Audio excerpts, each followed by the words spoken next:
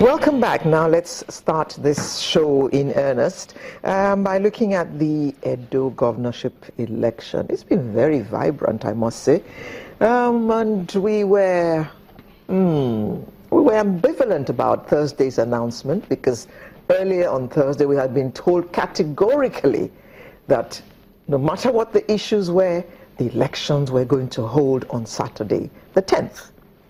And by about 8 p.m., another news flash: elections in Edo State postponed due to security issues.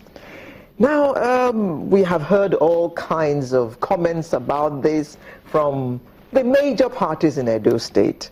And we're about to look at these elections.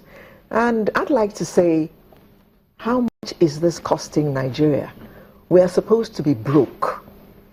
We are wasting in the middle of being broke. I'd like to welcome to the studio a security expert, Mr. Oladende Ariyo. Good morning. It's good to see you again after such a long time. Happy New Year. Yeah, in September. Thank you very much for coming. My pleasure. We also have Mr. Chris Nehikare, who is the PDP Publicity Secretary in Edo State. Thank you very much. Good morning. And we'll be having also with us the Deputy Director of the Obaseki Campaign Organization, John Osakwe, who will be joining us later from our studios in Benin. Now we have the benefit of two gentlemen in our studio with us in Lagos, so let's get the ball rolling. You are a security expert, Mr. Ariyo. Right. Security issues are the reason given for the postponement of this election. What are your thoughts about this? What kind of security issues can you read into this postponement? You see, thank you very much. With due respect to all the agencies and all the minds behind them, they've lost it. For crying out loud, security is supposed to be available upfront 24/7/365. One. Number two, the elections were not fixed 48 hours ago, or maybe 3 or 4 days ago. One would have expected an active and effective security who understands what nature of their assignments are, to have put things in place and not come at the 11th hour. When a friend of mine who has no stake in government told me that they will postpone the election, I said no. I was going to take a bet that they will not do it. But if I had done that, I would have lost my money. I wouldn't have minded if they had said because of the ongoing examination, for the pupils, to now come up and say security bears common sense. By our constitution, the governor of the state, the chief security officer, he has not complained. He has not raised any hell about that. The president was in Edo State to campaign for the same election. Up until that day, there was no security challenge. How come from nowhere somebody somewhere was trying to replay the kind of game that somebody that's played on us last election, whereby the election was shifted? I was in London at Chatham House when he was talking all the cock and bull stories, but we didn't have the opportunity to have confronted him.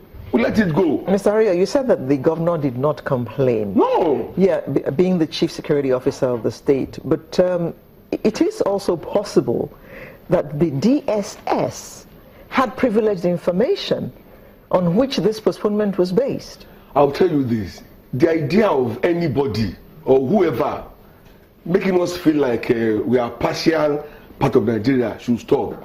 We are all stakeholders. Nobody loves Nigeria more than me and you. Nobody owns Nigeria more than us. Whatever information do they have should have been at the public space before now, not coming out when everything was done. Let me tell you, they had sent advance party to Edo State. INEC said they will be losing 100 million naira due to this postponement. Now, who's going to pay for that? I mean, we're looking at people not doing what they're supposed to have done on time. So for me, it didn't add up. If they had information, they should bring it to the public space at the right time, not when the deed was done. I can tell you, police said they had sent 25,000 people to that place. They will have been given allowance and all of that. We don't have money. We are broke. We're in recession. And we're now wasting humongous money on the mundane things. By the way, Is election war that we have to, I can't understand. It's election, not war. Mr. Rio, hold on. I'm not home. We're expecting to get John Osakwe from our Benin studios. He'll join us shortly. But Mr. Neikari, what was the reaction? I know you guys have reacted. The spokesperson for the PDP, Mr. Ade, called it a coup against Nigerians. Why would you call it that? I think it didn't go further enough. I think a coup against Nigeria and a grand plan to blackmail INEC. Now, elections, we all live in Edo State. We don't know the information DSS and the police have. But as we speak, till today, NSA has not said a word.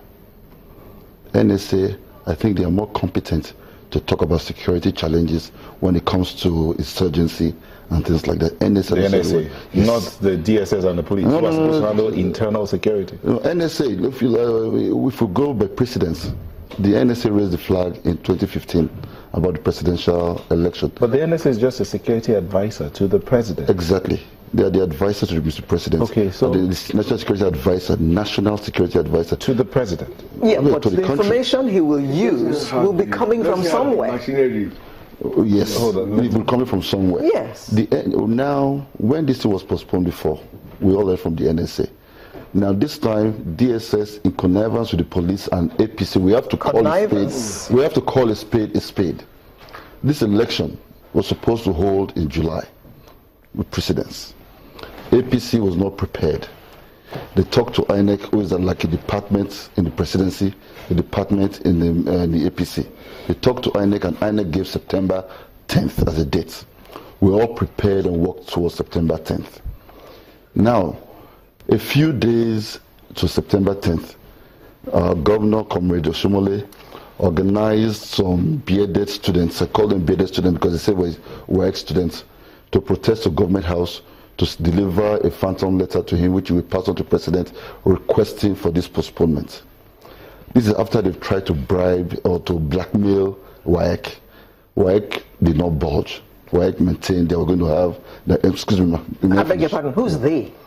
APC. Okay. Edo State APC. Okay, all right. After they tried to blackmail WAEC, WAEC did not budge. When that scam failed, they now had to cry to the SGF, who is actually the person behind all this postponement, who used the police and the DSS GABA. We know the relationship they all have to come up with phantom security threat. There was, during the war in northern Nigeria, in Borno State, elections held. During the war, a few months ago, elections held in Kano. Edo State, peaceful as it is. The truth of the matter is APC is not prepared for the election. Not just not prepared, they've discovered that if they went to the election yesterday, or today, they will have lost woefully. What they are doing now is damage control to reduce the margin of defeat they're still going to experience on the 28th. Okay. We'll just take a break and come back and continue with the discussion. Join us.